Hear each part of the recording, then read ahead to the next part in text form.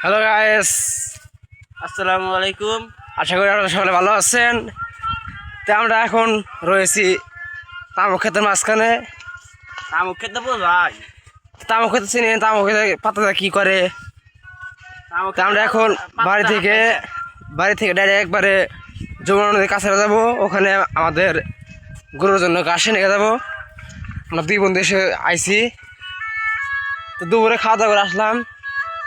তামাকের পাতা এমন গন্ধ গন্ধ ঠাই যায় হারতাইছি না। যে একজন মানুষ যদি এখানে যদি যাইতে পারে, অসুস্থ মানুষ হলা, তাহলে তার আমার মনে হয় হাইতে আগে যাবো।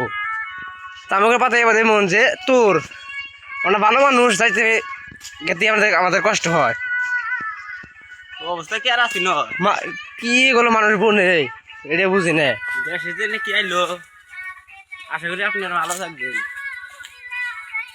এই যে দেখতে পাচ্ছেন কলা, এই যে কলা, এই যে কলা, এগুলো কলা হলো সামনে রোজা দেখে, রোজার মধ্যে দাম বাড়বো 30-40 হয়ে যাবো গা 4টা কলার দাম।